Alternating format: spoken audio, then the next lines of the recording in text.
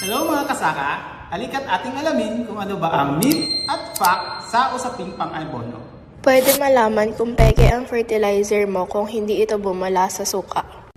Ito po ay mali.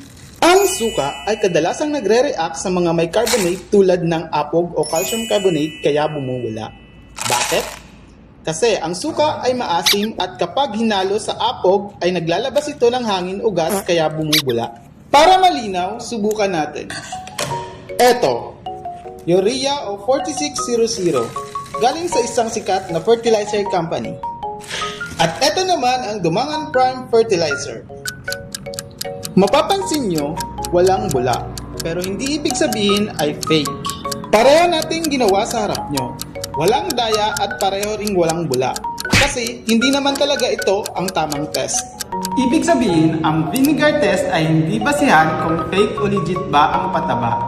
Ang tamang basihan, yung rehistro at kalidad na aprobado ng Fertilizer and Pesticide Authority at ang Dumangan Prime Inc. ay mayroong mga license and certificate of product registration mula sa FPA kaya makakasiguro ka sa aming produkto.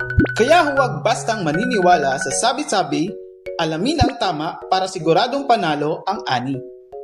Share mo ito para hindi kumalat ang maling impormasyon.